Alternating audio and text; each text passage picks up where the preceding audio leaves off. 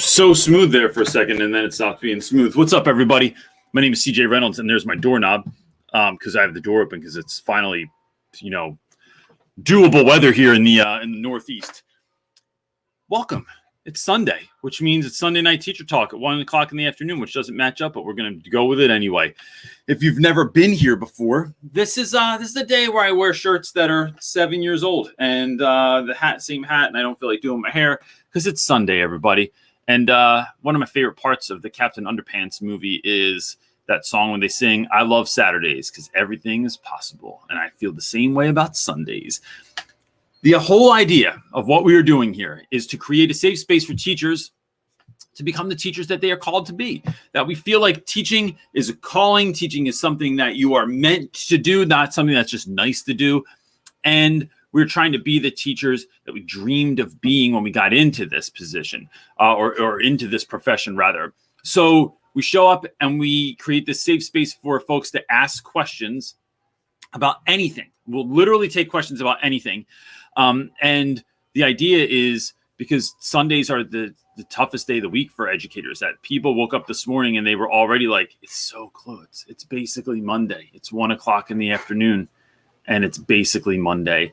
And what we want to do is not have you feeling that way. We want you walking in to school tomorrow feeling on point, feeling ready, feeling confident, feeling energized and excited, no matter what the situation is. And I'm telling you, there's some situations. I know I have some situations going on with school and stuff this week. So it's been a wild ride already. So we're going to jump into it in a second. If you need anything else, like if this is not enough. So let me say this. If you have a question, you put it in the chat, put Q next to it, or the word question is the easiest way for us to connect on there, or to pull your questions out. And you will not only get an answer from me. We believe that teaching is a communal activity, so that the stuff that you are asking is something that everyone's going to see. And so other people might speak to that as well, which is a really good thing, because then just like, it lets me off the hook. I don't have to know every single answer because everybody else is going to be on there helping too. So, yeah, so that's it. And then if you still getting geared up over there? Mm-hmm. Do you need a minute or? Yeah, because I don't know. The not so secret wife. If you don't know, one of the things I like to point out to people is when folks ask why my wife is not on camera, and it's because she doesn't want to be. Nope, not my jam. She looks so pretty today too, but you can't see it because she's over there on the side. Okay, we've got our first question. Our first question comes from Wendy. She's asking, what is the movie Airheads you were looking for 2 weeks ago? Oh. I'm obsessed with movie referrals like Uncle Buck from a few months ago. What are other movies you would recommend for fun/educational purposes? Educational purposes. I mean, we watch a lot of movies every year in school. We watch a lot of shows too. We watch. Was that I think she's talking about the one with, we said swimming pools. Yes. And what was it from? It was from Airheads. Oh, it was called? Brendan Fraser, Adam Sandler before he was Adam Sandler. And who else was in that? I forget who the other guy was, but I want to say Steve Buscemi was in that movie too, which was a total throwaway movie unless you were born at the right time. And there was this part in it where this girl who's like supposed to be like the sexy girl in the studio asks Adam Sandler, like, what are you thinking about right now? Because she thinks it's going to be her. And he's like, swimming pools. And we have referenced that a gazillion times. It is one of those movies that Wendy knowing it. Yeah. There are certain movies that I can reference most of it. Like Step Brothers, I think I know the whole exact script from that. I think the first Anchorman movie, I know most of the script. These are all Will Ferrell movies, because I was going to say Elf. Anytime we clean our kids' rooms, you know what? There's so much more room for activities. So that's a thing. For school, we watch in the last couple of years, and this has to really depend on like what's going on in school and like with shootings in Philly and stuff like that. But Shooter is a show that I've watched the first episode of. Friday Night Lights, one of the greatest shows of all time. Watched the first episode of that. And for those, we like break down like plot development, because those shows, those first episodes, like in a nutshell, are like pretty good to sort of look at that sort of thing. Sometimes we watch shows for all different reasons, right? Like, so if we're looking at characterization or character development or plot development, things of that nature, we watch different stuff. First 10 minutes of the first episode of Lost, we watch every year as an intro to Lord of the Flies. The 100 we watch every year, the first episode of the 100 as an intro or like as a tie-in to Lord of the Flies. Gosh, what else?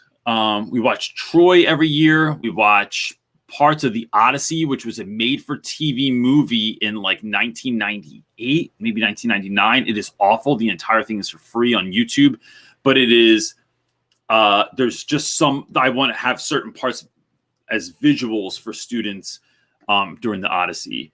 And then, yeah, so that's a mixture of the weird stuff that I just reference all the time and stuff I actually use in school. So great question. Yeah. This is a fun one. I don't really know. This isn't someone that I know. You saying, I'm Japanese high school English teacher. Do you think we do class with English only? I don't really know if that's a question. That's a good question. So I think about this. When I was teaching in Camden, New Jersey, I had, I don't know, at least half of my class spoke Spanish as a first language, English as a second language. So I didn't have an alternative there. Like I didn't speak Spanish, or I couldn't speak well enough. I mean, I knew some, but like I couldn't speak well enough that I could help students with that. But that didn't benefit the students, I don't think. I think teaching classes with both is probably what we're trying to do, is help kids get to a place. So what we don't want to do is if you're going to run a marathon and you've never trained for a marathon before, we don't ask you to just run almost 22 miles from the jump, right? We have to ease you into it. We have to build confidence. We have to build know-how. We have to build a skill set. So I think, I mean, and there might be other people that have a better sense of what to do, but I do think immersion is good. So students are in school, everyone's speaking English. You're going to grow from that. But so I would say even in just talking to my neighbor. So my neighbor is from India, and his two little boys grew up. Well, one grew up in India, and then the other one was born here. And so speaking at home, it's all in their native tongue. But then when he goes to school, it's all English. And I have seen them grow. It's really kind of mind-boggling how much those two boys go to school and then they come home and how much they know. But I think that if we're thinking about kids, if we're thinking about how do we create a system or a game so that kids can win, that I think we ease them into it, right? Same thing with reading or any other thing. Like you don't just like drop geometry on a kid. Like they have to take algebra 1 first, and you have to kind of build them up to that. I really just made a math reference right there. Look at you. Look at me. I don't know anything about math. Chris Strong is asking, hey, Reynolds, I'm teaching a technology class and I keep getting new students joining my class 2 weeks into the school year. I'm having a tough time getting them caught up. Any advice? Chris, I think whenever someone new comes in, I always let them know that I'll speak to them after class. I let them know that they just won the lottery because they get to have me as a teacher. And I would say that even if I didn't feel like I was a good teacher, because they don't know. It's all about perception. And I think, are there mini lessons they can do to kind of get to a specific point? Like are there can you break down all the stuff you've done before into little mini lessons to kind of bring them up to speed on where you are?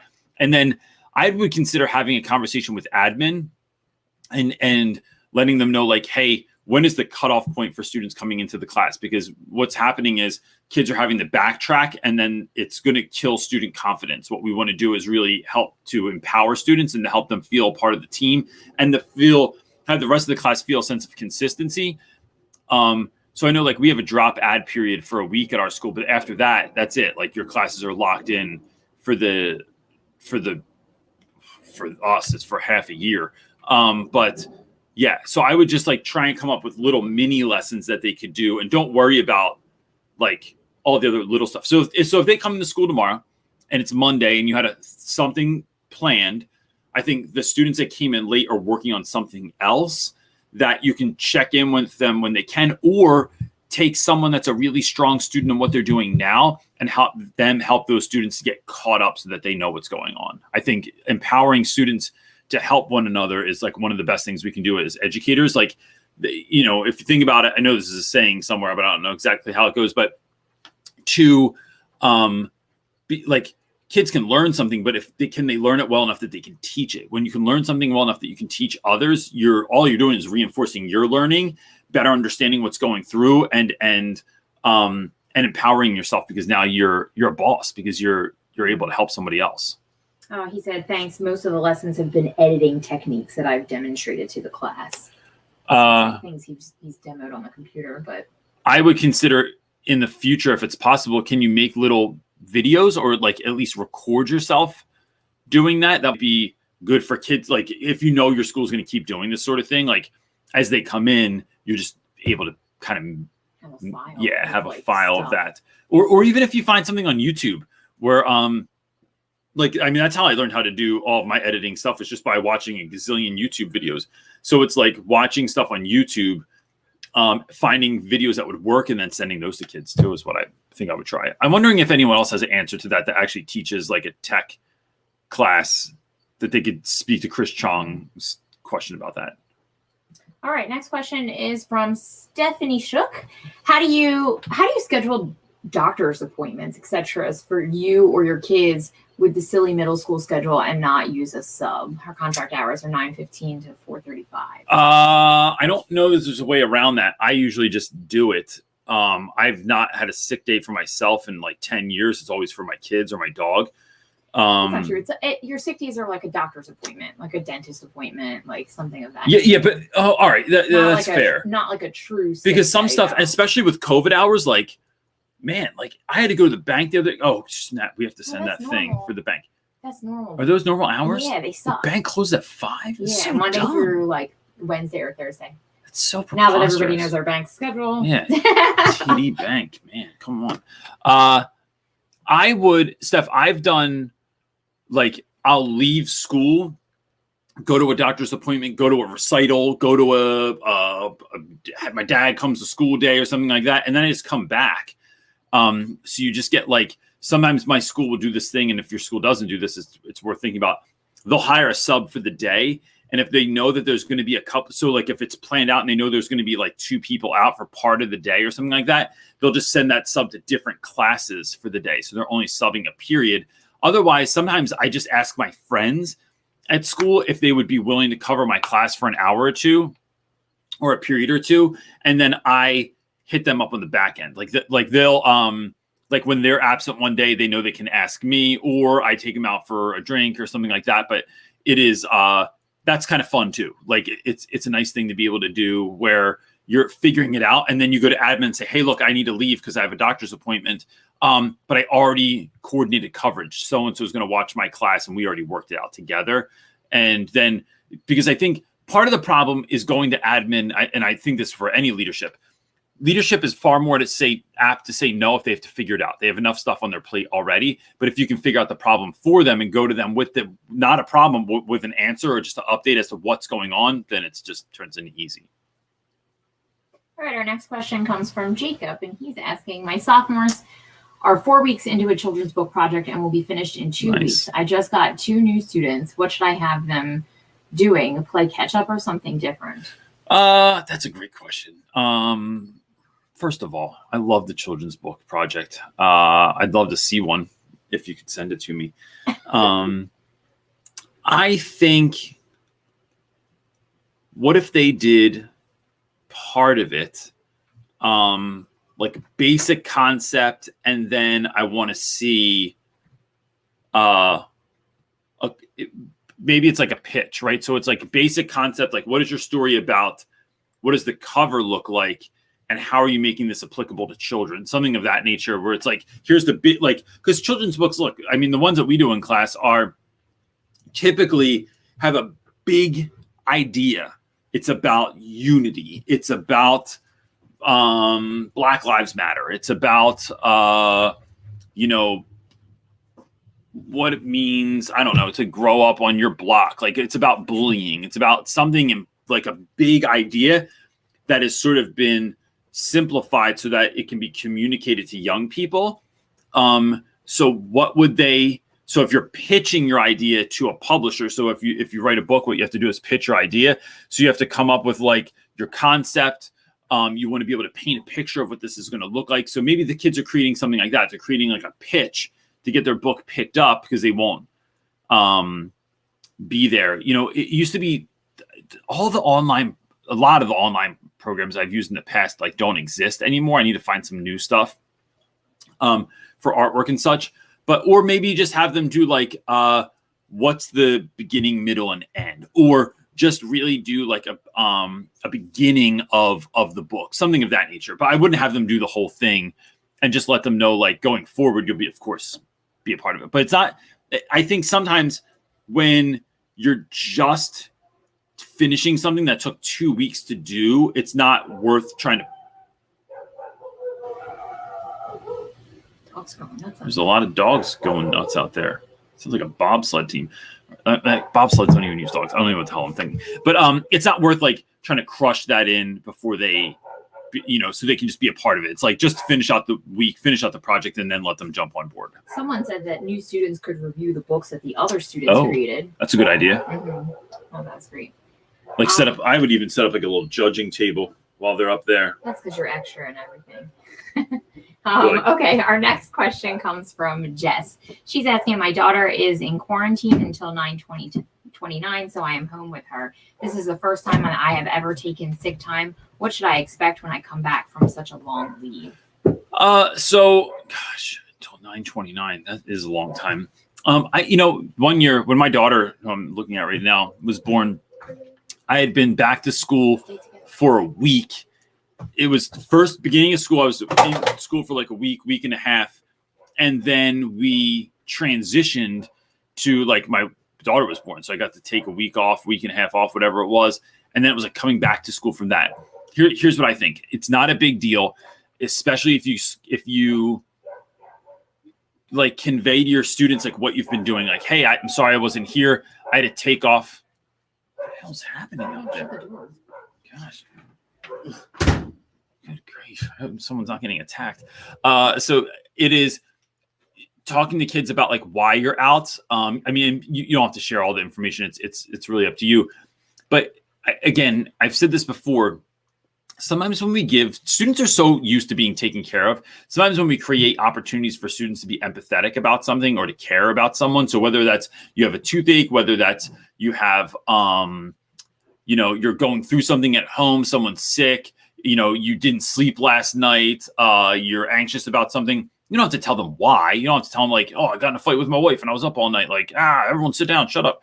It's like, hey, listen, there are things going on outside of school that have me kind of worked up. I'm feeling some type of way about it. And so I could really use a day, or coming back, letting kids know like, hey, look, I might be a little bit discombobulated, a little bit disheveled. I've been out of school for 2 weeks, dealing with some sickness in the family, but I'm back now. So if I'm a little bit off or if I'm not 100% or like it's not as dialed in as usual, that's where I'm coming from. That gives kids an opportunity to be empathetic. That gives kids an opportunity to take care of you. And I think kids, like in my experience, kids love that ability. So that's all I would do. Emily Brady is asking, I have 7 classes of 35 students, and I only have about 15 to 20 students who consistently show up to class. How can I keep grading fair for everyone and stay updated? First of all, 7 classes of 35 kids is, I'm sure absurd.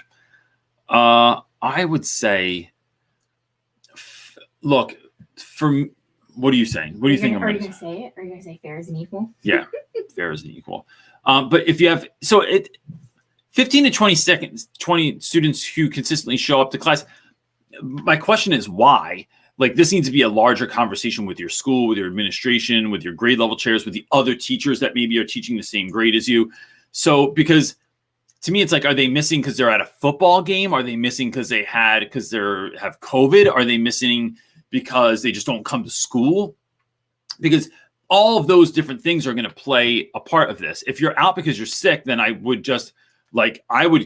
have some sort of online piece to what we're learning. So if it's Schoology, if it's Google Classroom or whatever, you're posting your lessons on there so kids can still access them. And they can see what they're missing, and they can see like what happened that day. But like that, it's not all of it, right? Like if we could just post lessons online and not actually teach them, our jobs would go away. So it's not just that. It's not just doing the work. It's being a part of the process. So I would, but if someone is out for an illness or someone else is ill in their family, that's different.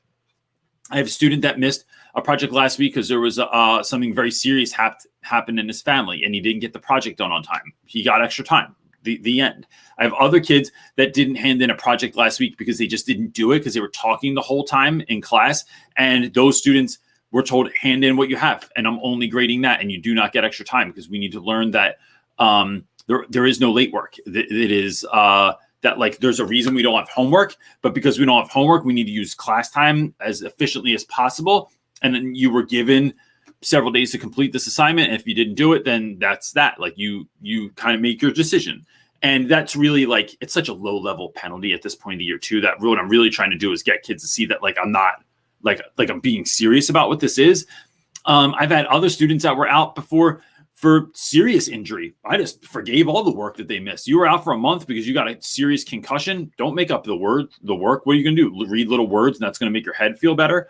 But if I have kids that are just not showing up and there's no, like, we aren't hearing anything from the school as to like why they, like, there's no reason. They're just maybe not showing up or they're apathetic or whatever it is, get a 0. Like I just put zeros in the grade book. And I know a lot of schools are against that, but a blank in the grade book will never make 95% of the time. It's not going to make a kid come see you. They're not going to ask about why there's a blank. They're just not going to ask because they don't want the answer, which is you have work to do.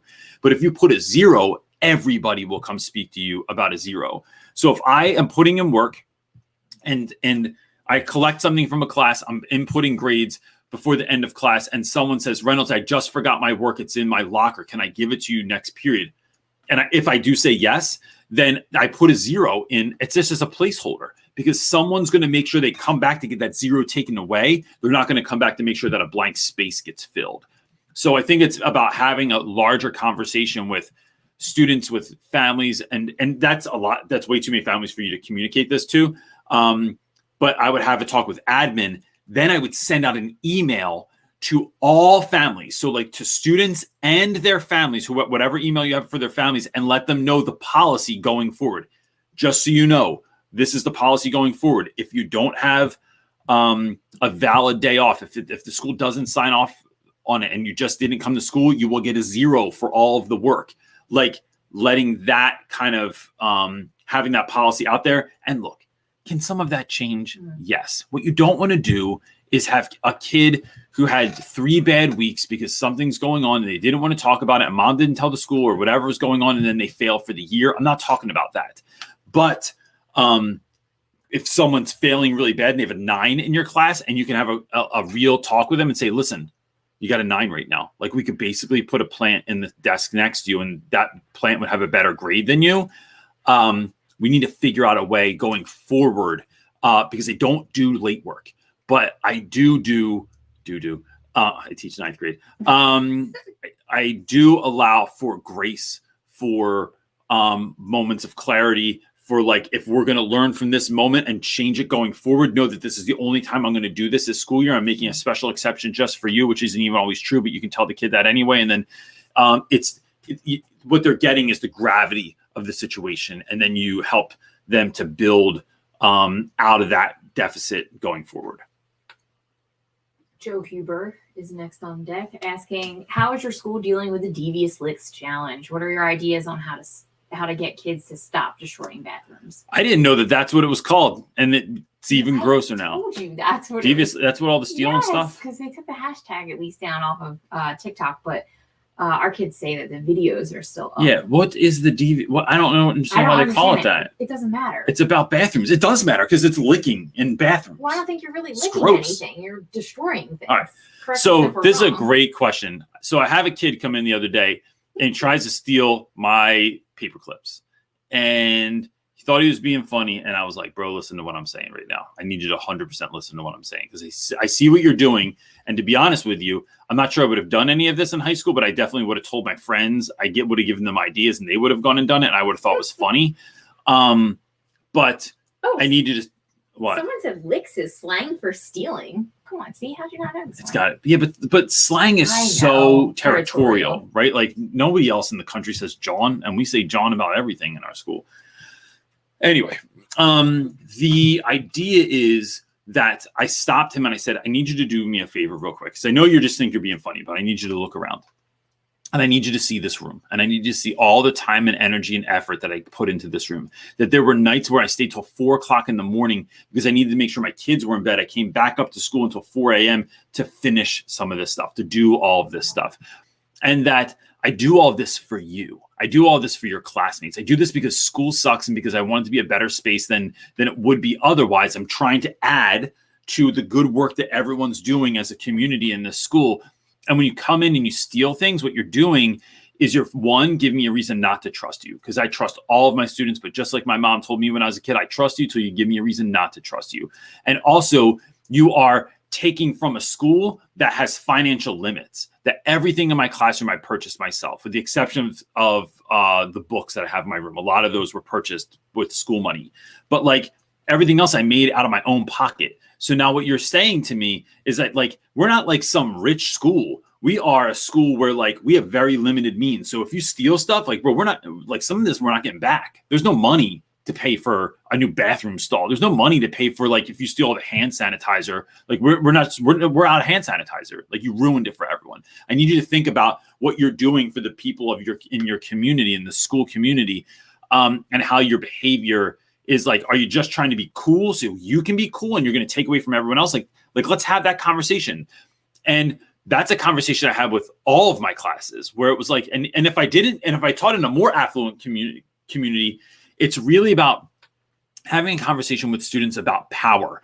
I've said this a million times, but I just think that students want power. They need power in their lives. They're, especially when you get to a certain age, middle school, high school age, you're trying to figure out who you are, what you're about, sort of a thing.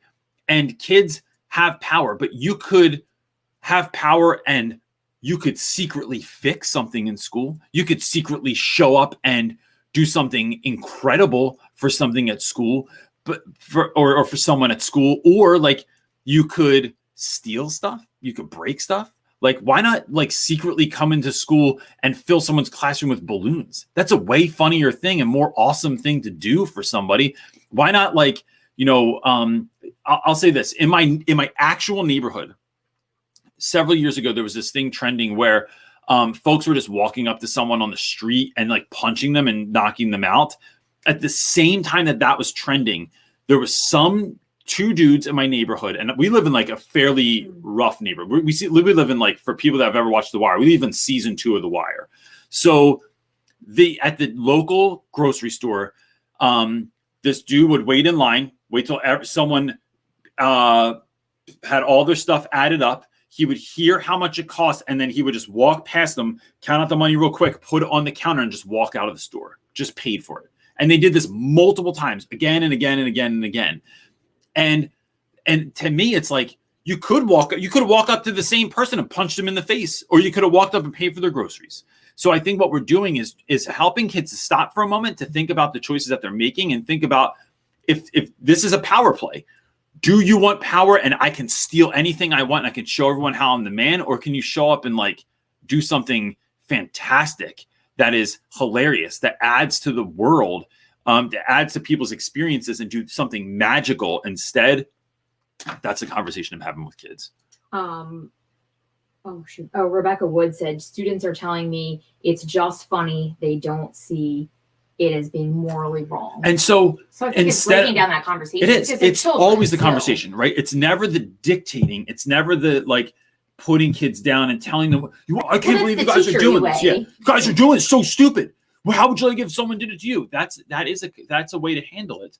I just don't think it's the most efficient way to handle it. I think having a conversation with young people and saying, listen, let's talk about it then. Let me help you understand. Well, I think they don't realize it's like it's almost like pointing out the obvious to kids. I feel like we have to do this a lot of times in just parenting our own children. It's like pointing out the obvious and what they're doing. They don't even see that it's obvious. It's like it's reminding yourself that you're still parenting or molding children. And we did it too when we were kids. You know what I mean? Like we did. And something new will come up again on TikTok or wherever. But then when the same guy that was like breaking people's stuff when I was a kid, egging houses, destroying people's property just because we thought it was funny. Like that same person ended up growing up, and then we would just have like barbecues in the park for anybody that wanted to eat there. It wasn't even for us. We would just have giant barbecues. Our friends and us would have giant barbecues. Like homeless people would show up, or someone that was in the park with their kids would be like, yo, what's up with these burgers are free? And then, yeah, man. And then like, we would just share in it. And like you use that same, it's that same thing. It's that same spontaneous kind of like, what can we do that would be nuts? Have a barbecue and just invite everyone to it. Like the whole neighborhood until you run out of hamburgers. Like, but there's been, instead of stealing stuff or screwing things up, we had friends that like we used to do this thing where everybody brought like their gently used baby items, from walkers to strollers to clothes, and then we would bring them all together and just give them away to people. We didn't even sell them. We would have it once a month. Everyone would show up. We would do this thing called the baby goods exchange, and you would just give stuff away. So I just think it's that same muscle, but you're just changing it and using it for the positive. What's that? Yeah, go ahead. All right. Our next question is from John Fox. John Fox. If you get an interview for a position that is a very different grade/subject than you have taught before, and you're nervous about it, how should you communicate that in the interview, if at all? I don't know that I would say I was nervous, because I also think, John, that, I've said this before as well, like nervous energy is the same as adrenaline. So like when you are sometimes like scared, it's that same exact feeling of being excited. I don't know that I would communicate that, because what you're trying to sell, I think, also in a meeting is confidence. Like if you don't think you can, let's look at it this way. If you don't think you can adequately do that job, then don't go for the job. If you think you can do it, and as my favorite poet, Anis Mojgani, says, fingertips trembling though they may be, it is showing up and doing the work, even if your voice shakes, even if you're nervous, even if you have to like keep going to the bathroom between periods or something like that. It's having faith in yourself. So showing up like, I can do this. I got it. And if you feel like you got it, like that, if up against the wall, are you going to be able to do the job, to show up for kids, to teach them and to do good work? Then go and do it. If you don't think that's what you can do, then I would not even go for the interview. But something tells me, look, for a guy that shows up on the middle of a Sunday and is missing the first part of the Eagles game, and his name's John Fox, just to ask this question, bro, you can do it. You can show up and put in the work, stay ahead of the kids, and then learn and grow and grow and grow and grow till you got it on lock. And then what a great experience or a great lesson to tell students at some point, maybe not this year, but even eventually, like, look, when I got this job, I didn't know what I was doing. When I got this job, I was nervous as hell. Like I didn't know with 100% certainty that I could really bring it all the time, but I did it anyway. And then if you remember what your why is, that will empower you. If you remember whatever that is for you, whatever your why is for teaching, let that guide you and drive you. I just think this too, John, that some people, my pastor was talking about this today, that if you get obsessive about something, if you get like really tight, hyper focused on something, you can learn in a year what some people take 10 to learn. You can learn in 3 months what it takes someone a whole year to learn, because it's that old Viking saying that I don't even think is true. Like, you're burning the ships at the shore. So there's only one way out of here. There's no going back. And then just get after it like that. You're going to 100% pull it off. It's Only Angel is asking, student teacher here from a family of teachers. A few days ago in our family text GC, 5 of them went on a rampage of hate about non-binary students, from mentally ill to attention seeking, and it's a 2-parter. GC is group chat. Oh, thank you. I called them out. They just said I was being hateful to the family. I wasn't I wasn't just told them their words were hurting people, and this is my welcome to the real world. Glass shattered. Any coping advice? Wow, man, I'm really sorry that happened. I think, when we get in places and spaces like that, I think there's two, I'm going to call them obligations. One is to speak your truth always. And two is to enter into those moments with curiosity. And that, I think, one is a little bit harder for people. I have a family that certain members of my family are very racist, where like they show up to Thanksgiving dinner, Christmas dinner, and they have a comment, or they know what I'm about. They know like where I work. They know that I work with all Black and brown children. That's all I've had like 3 white kids ever in my whole life that I taught. They know where I live. They know what I'm about. But it's like they just either don't care or they forget that it matters. Like that bothers me. Sinks in. It's almost because you can see how they talk about it. It's not. They're not trying to be like mean to me. No. They're just like, oh, people like that. You know how Black people are, or how like oh, you're from another country. Like learn how to speak English. Like that kind of conversation. And I always go with, it's really interesting to me that you say that. Like, I'm wondering where that came from, or like why would you think that? And then me saying, because I'm curious, because in my experience at the school that I work with, this has been the trend, or this is like, if I was going to make a overarching, like, what am I thinking of? I'm blanking right now. Like if I was going to make an overarching sort of like generalization, I would say probably this is more the case. So like, if my family's like, they're always shooting one another up, right? And like Black and brown communities, first of all, they don't say Black and brown communities, but like, they would say like, whatever they're saying, and say like, they're always shooting each other up. And I'm like, well, that's interesting. Why do you think those kids are carrying guns around? And then I would talk about how like, I know young people that have carried guns around, but it's because they're very nervous, because they get beat for their shoes every single time, that they don't feel safe in their own communities. They don't feel like they can go outside ever. And so I'm just curious, like, what would you tell young people that were in that situation? And you're either going to do one of two things in having a conversation like that, when showing up with curiosity. You're going to either have someone learn something new, or they're never going to want to talk about this stuff ever in their lives in front of you again. Like, you are the one that just killed the fun. Like, because it's like, no, I'm going to ask back. Of course I'm going to push back. Of course I'm going to enter. Like, because what you're saying is something I cannot understand, right? I'm not even going to say it's bad. I'm not even going to say what you're saying is wrong, because someone's not going to hear that, right? They're immediately going to stop and not want to listen to you. If I go into it with curiosity, I'm just going to curious you to death. And then like, because what you're saying is wrong. It is filled with hate. And it does come from a place that is not of love. So I'm going to push back. The other thing that I will occasionally do is the opposite. I just go, listen, right now, I'm going to let you know, I'm not the person that's talking to you about this. I work with these particular students. I've had these particular experiences. This is the life that I've created for myself and I've been called to do. And talk like that does nothing but just hurt the world, or speaks it, like breaks my heart, actually, that you even say that to me. So I'm going to just let you know right now that I'm not having that conversation, and it cannot be said around me or my children. We're going to have an issue. It's either way, right? But it's trying to figure out what is, because some folks I just know, like the curiosity thing, like they're just going to be, it's not that conversation. Like they're not that person.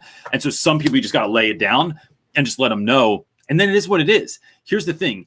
They're having that conversation with you because they think that you will get down with it, because they think you're going to be okay with it, because they think it's not that big of a deal, because they think, oh, you know what I'm really saying.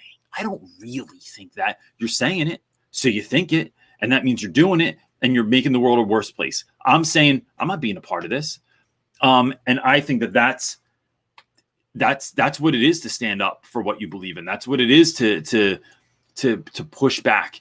And we have an obligation to the people in which we are working with, that I don't want to say serving, but we're in community with, in our schools and with our students, that we need to say something to that. Like, and I don't care if you think that's wrong or not. Like, so for those folks that like might even not believe in this sort of thing, or like they think that it, there's no such thing as like gender identity. It's not about that. It's not about what the hell you think is right. What it's about is helping students to feel safe, helping students to feel heard, helping students that when you were growing up, if you guys can just remember, it is about, you're so confused about a million things, right? From the kind of music to what am I wearing, to who am I hanging out with? Should I have sex? Shouldn't I have sex? Like, should I try drugs? Should I, like, who am I? That is the question growing up. Who am I? And when we can create a safe space for students to explore and express who they are, what they think, and what they feel, we can help them find answers to that. Like, or we actually create space for them to come to their own conclusions, because I can't tell you who you are. That is the greatest gift we could ever give to kids. And instead of telling them that they're wrong, that they're stupid, that this isn't real, it's like, well, talk to me about that. I'm curious, and showing up with love and curiosity in your heart, instead of like telling kids no and slapping their paw or something like that. Somebody just commented and said, I'm a non-binary teacher, and my non-binary kids are just regular teenagers. They are. I mean, it's the fact. Like, yeah. And look, but they have to grow up with different things. I'm gonna hurry up and finish this. Like, my students are just kids, but they grow up a hell of a lot faster. My boy is 14. He's the same age as my students, but he gets to grow up it is a different world. It is a different world. All right. Ashton is asking, oh, Lord of the Flies. What are your Lord of the Flies hot takes?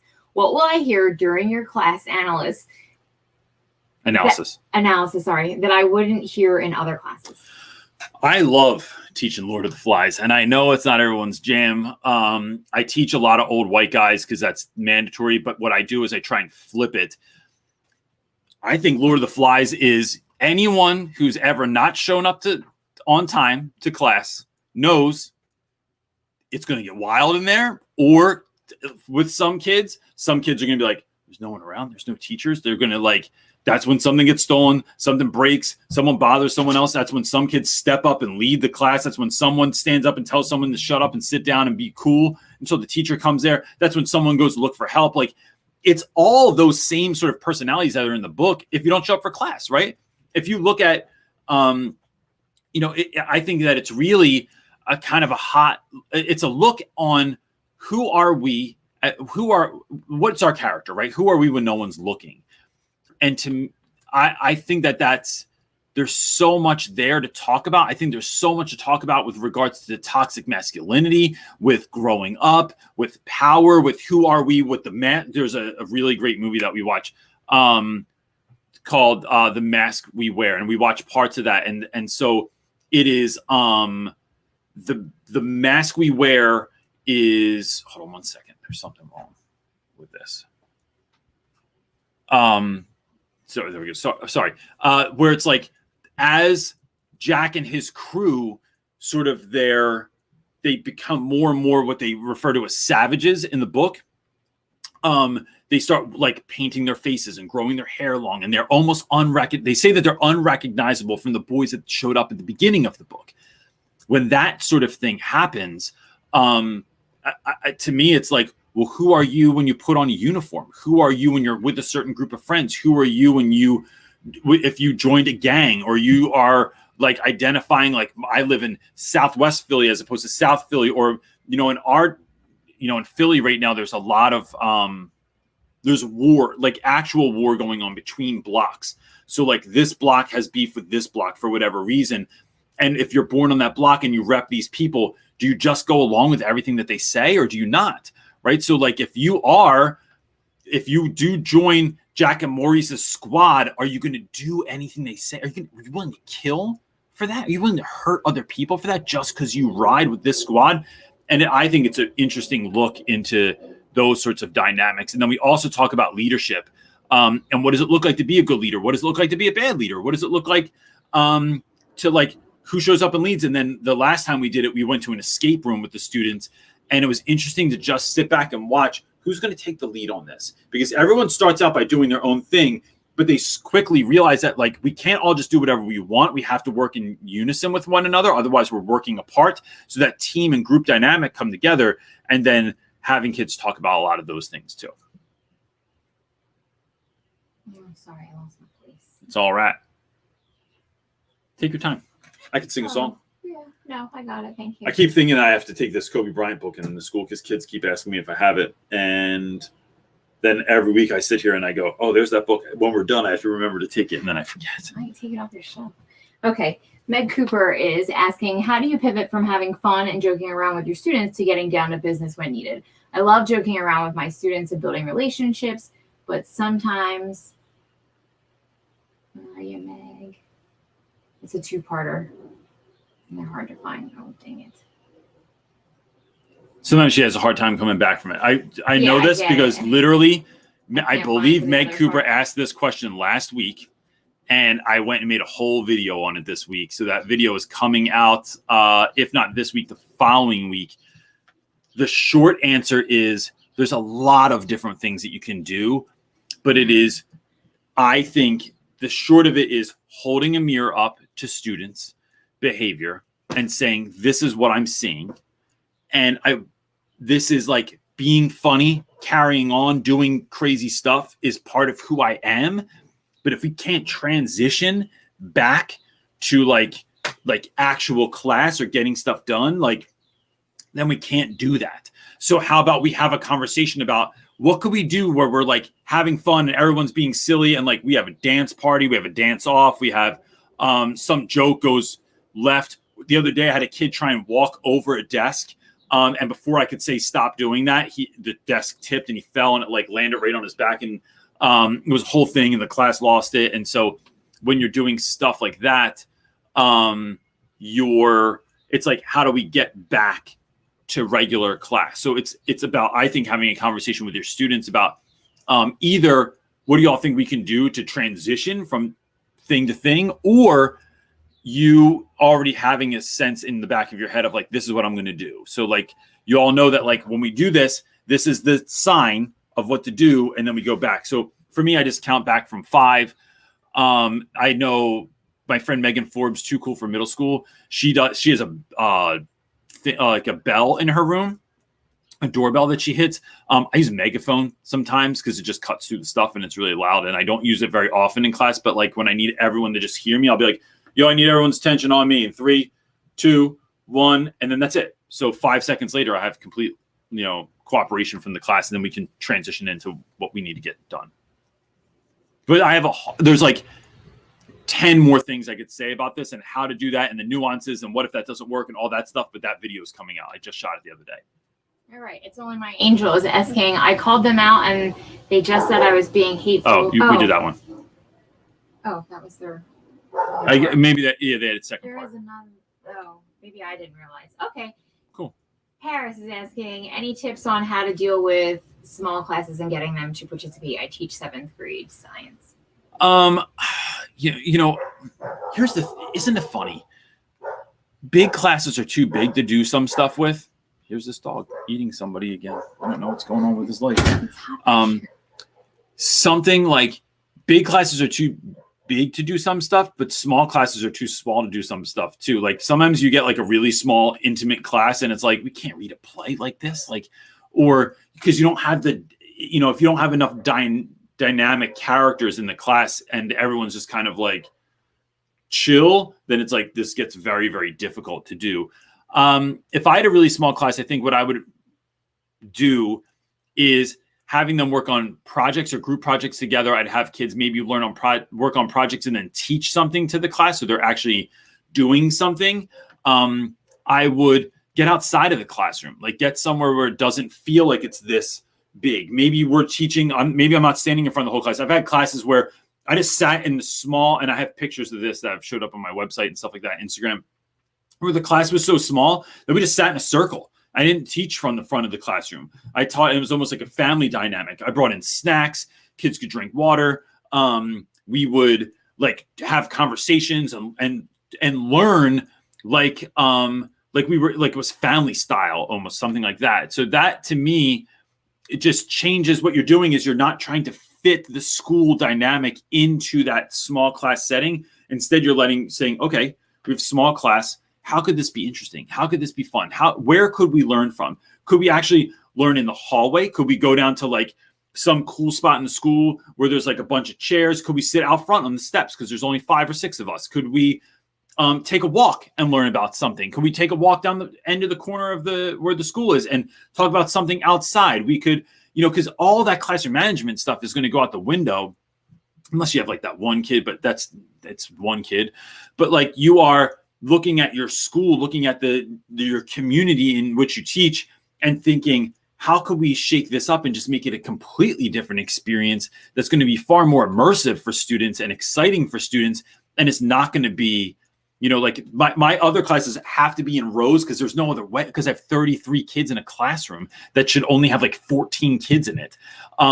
That you just can't move a mass of people like that. But I think it's about reimagining education when you have those small group dynamics, and it can still be the same stuff. Like you don't have to change the content so much. You're changing the delivery, or you're changing the anticipation around it. You're changing the way that they're engaging with it, but you're still learning the same stuff largely. So learning the same stuff, even doing it the same way largely is what I meant. John is asking, how long do you sit at your desk during class? I know teachers who spend most of their class time sitting behind their desk. Am I missing it? This just seems wrong. I don't sit at my desk at all during class ever. If I do, it's for a very specific reason. So it'll be like they're handing in, they just did projects. So right now, like the other day, I did this where I was sitting in the back of the room at a student's desk. Kids presented, and then I needed the last 5 minutes to just tally up scores. So I was like, yo, if everyone wants to like go on their phone or something, that's fine. But I want to use this time because I want to give you I want you to walk out knowing what you got. That to me is different. Or if it's like end of the trimester or end of the quarter, and I want to have like, or it's a week out or 2 weeks out, and I want to have like student conferences, I do that. But no, like to me, teaching is like, you're a DJ. You're moving the crowd. You're doing different things and trying to get people moved and excited and doing things and motivated and sitting with kids individually and helping them walk through stuff. Like it's all of that kind of stuff too. So no, I never sit down. Next question comes from Arwa. I hope I'm saying that right. I apologize if I didn't. Hey, Reynolds, I'm a student in the College of Education. I have microteaching next week. It's my first time to teach ever. Any tips and advice? I would say 1, try and have fun with it. School can be a very, very boring place, right? So try and do something that's fun. 2, don't expect that. So depending on the school, depending on they might give you a class that's great and they go along with everything and they love stuff. They might also give you a class that's just like, what is this? Why are we listening to you? That those kids, it's not that they don't like you. It's not that they're not interested in what you're doing. It's that you disrupted their norm. And so getting them to buy in by showing them that you care and saying like, hey, look, I know I'm disrupting your class. I have to do this for school, but I'm going to try and have like this little mini lesson and have it be as fun as humanly possible. What I want you to do is walk out and this is the best thing you did all day. That's how I would address it. And then I would have some very clear questions for the person that's observing you. So I'm going to assume you're getting observed, and saying, hey, look, here's some things I'm going to try. Here's what I'm wondering if it's going to work. So if you could give me feedback on this, it's great. So right now, and we've talked about this before, it's like now you're on offense instead of defense. You're not just wondering what someone's going to like, or if they're going to think it's cool, or if they thought it was actually a good lesson. You're actually going into it saying, hey, look, I hope that you watch. I hope that you're paying attention. I hope that you take notes. Could you just let me know how I do on these? Like, I'll take any feedback that you have also, but look at these 2 to 3 to 4 things. I'm really curious as to what you think about those. That I think is good because now you want the feedback. Sitting down for the meeting afterwards isn't this awkward conversation of like, oh gosh, like, what are they going to say? It's like, no, I already know. Like, hey, what'd you think? What was your feedback on those particular points? And I think that that's going to be what's going to win. But just try stuff. Go crazy. Try something nuts, right? Here's the thing.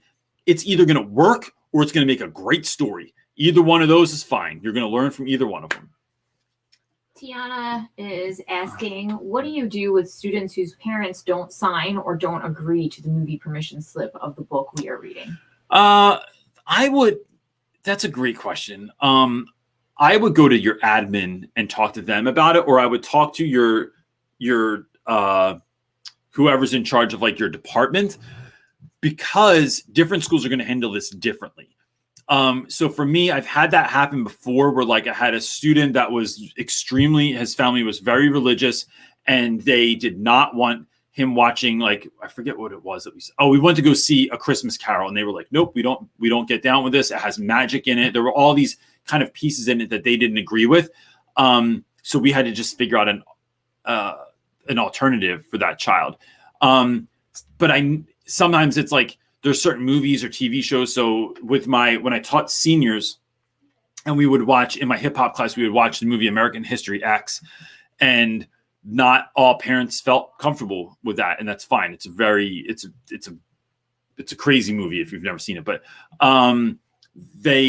so we figured out an alternative assignment. We figured out a place and a space for that child to go and work. So it was like we never said it in front of the whole class. You don't make a big thing out of it, but then there's like some sort of alternative. That's not punishment, right? What you don't want to do is have something be difficult for that kid or harder because their mom or dad said no. But your school might already have an answer as to how to deal with that. So that's why I say, like, go speak to someone in your school, or maybe even another teacher that might have an answer. Someone that's going to have a good answer for you, not just any teacher, not just because they're the other ninth grade teacher or something. Is a dog outside? Yes, he is. So not just because of the other English teacher or the other history teacher or something like that. You want to go to the person that probably is not just going to give you the answer you want, but it's going to give you like a well thought out answer. My next question was supposed to be from Ms. Gonzalez, the art teacher, but it got deleted off the thing. Oh, so snap. I can't. If you can put it in. I messaged her and asked her to put it back in. She's gonna. Let's see. Let's go to a new one. Can you open the door for the dog? Sure. We'll, be right back. We'll go to Summer Tate.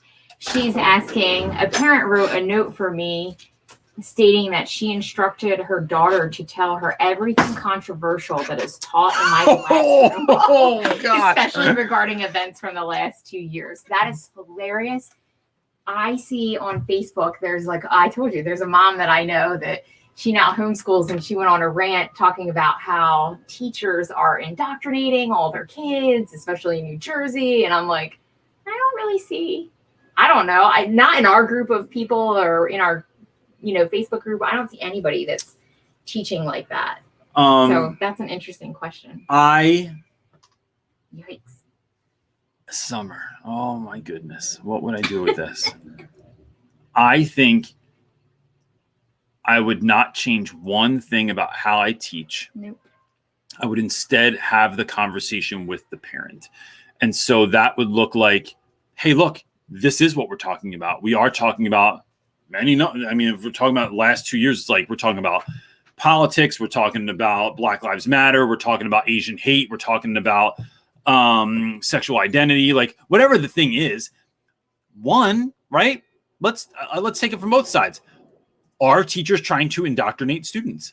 I don't know every teacher in the world. Maybe some of them are. Maybe some of them are trying to get kids to hate Donald Trump. They're trying to get people to, want a certain person on the Supreme Court. They are saying that like it's all right to just punch a Korean woman when you're walking on the street. Like I don't have no idea where people are coming from and what they're doing.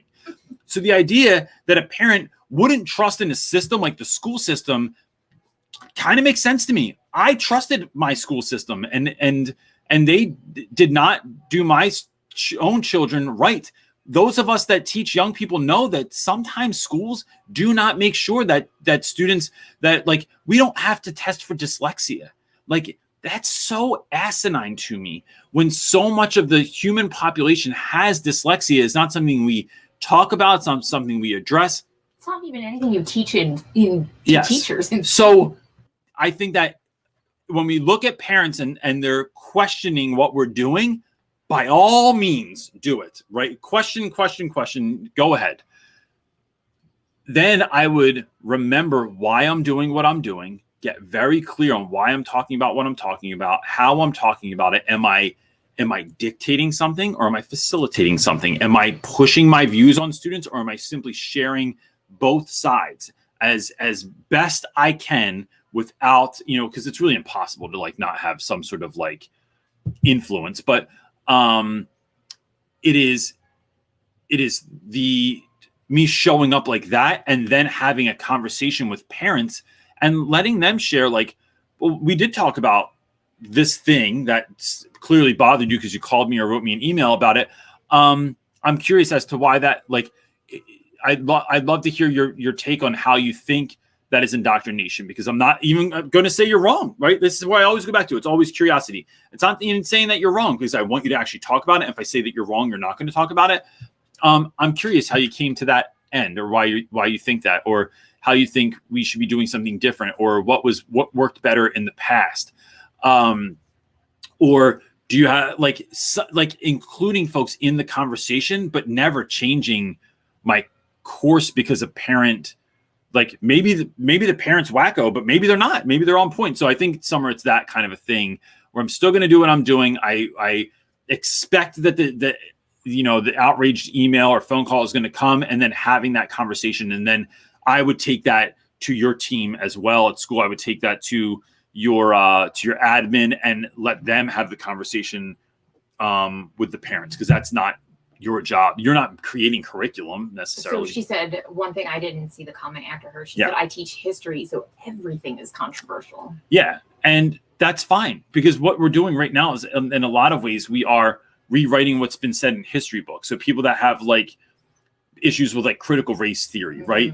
I think that the best thing we can do is sit down and have those conversations, instead of just saying what's right or what's wrong, or like looking at like even the founding fathers with a more holistic view of like, yes, the way they were able to do stuff was by having slaves. So let's have that conversation. It doesn't mean we're demonizing everyone immediately, right? Like, and maybe some people we are, and for damn good reason, but it's about opening up the conversation. And I think when we do that, we are modeling for our students what it looks like to have a conversation with someone that does not have the same viewpoint as you.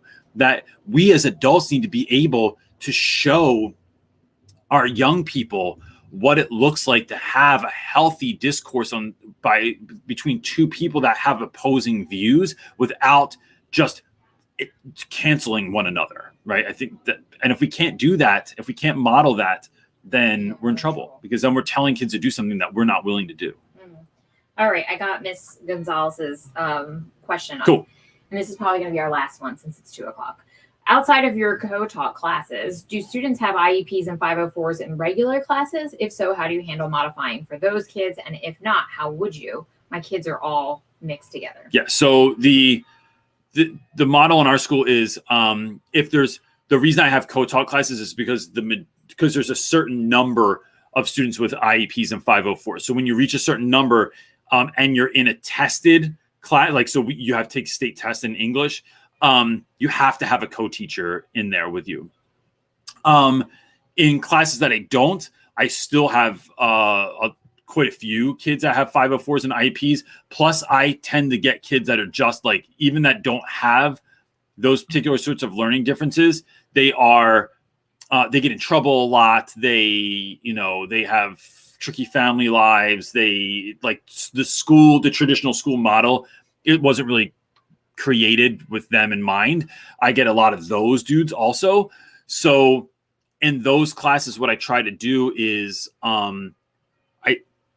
I try to make, so look, I'm never changing what I'm learning, but generally the kids that could do like regular ed work, like they could do, like if they're in a B level class, so they're not honors, they're not AP, but they're not like in co-taught or like a remedial class. So kind of like that average student line, those kids generally benefit off the fact that if I'm going to do guided, like, so if some of my classes, I don't ever do guided notes because they can handle that. in a class like that where I'm by myself, it's like, well, now everyone's going to do guided notes because I'm not going to give it to some kids and not other kids because I don't want everyone to know that that's why this kid's getting it. But I change things like the tests. I change things. If I do have homework, I change things like I try to make sure that student has enough one-on-one time or at least is meeting with me or someone else. I make sure that I'm communicating with those parents a lot more and communicating with them like what the opportunities are or like what the work is being done, what the expectation is and things of that nature. The amount that someone has to read, whether or not they get to use an audio book instead of just like reading from a regular book, the level of a book that they might read, if we're doing something like a scholastic thing or we're using something like ListenWise, which is NPR's like they have a partnership. I did a video on this. ListenWise is like it is podcasts that have a written component to them. So, but you can change the Lexile level. So I'm looking at those sorts of factors as well to make sure that students' needs are being met. What I find largely, and this is, I mean, gosh, this has been in both schools I'm at. I'm sure other people can speak to this as well. I find that so many times IEPs are so whack anyway. They're so cookie cutter that it's like student has to answer, has 3 choices instead of 4 choices. Student gets to sit in the front of the class. Student has can be given directions a number of ways. Student has, it's all stuff that I'm going to do for everybody anyway most of the time. I mean, not less choices on a test, but like all the other stuff is like stuff I'm like, of course I'm going to explain directions multiple times. Of course I'm going to give everyone the seat that they need. Doesn't mean in the front, because I have kids that have IEPs and I get pushback sometimes too, but I give them stand-up desks in the back so that they're not a distraction to themselves or to others. They can stand up, they can move around a little bit, they can wobble on a board, they can do things like that. But that doesn't mean you're in the front. Like I think in front is just an easy answer. So it's really trying to differentiate in that sort of way. I think the other thing that you do, and I've talked about this a gazillion times, I cannot underscore it enough, is you call parents, you call whoever's at home and you say, what do I need to know about your kid that's not on the paperwork? How can I best help them find the most success that they can have? And what class did they love before and what class did they not love? And what were the differentiating factors in those 2 classes that made that student more successful in one than in another? And then I use all that information. And then that's how I'm really rolling out my class and helping those kids to find success. I'm All right, gang. Look, I know there's a lot more questions. I know that people can only show up at a certain time and I really apologize, but I'm trying to really model, even on social media this year, like what boundaries look like. I'm trying to show like what does like taking care of yourself look like as an educator, because so many people are like, killing themselves this year, really, like with the amount of work that they're doing. We have people that show up at school sometimes. There was a young guy that was like almost in tears the other day that I spoke to at school because he's just running himself ragged. And so it's so I'm trying to live that out, not just say it, but live it. So right now I'm going to go to my buddy's bar. I'm going to have a drink. I'm going to go watch the Eagles play and eat some South Philly roast beef sandwiches. And then that's it. And then watch The Crown tonight because that's what I do. I watch The Crown. Is that it? That's it. Anything else? No, man. Cool. All right, gang. If you need anything else, you can check us out at realrapwithreynolds.com. Take that question now, buddy. And or you can check it out on social media, follow us there, and we will, that's it. So we'll see you next week. Bring your friends and we'll talk to you then. Is that it? Peace.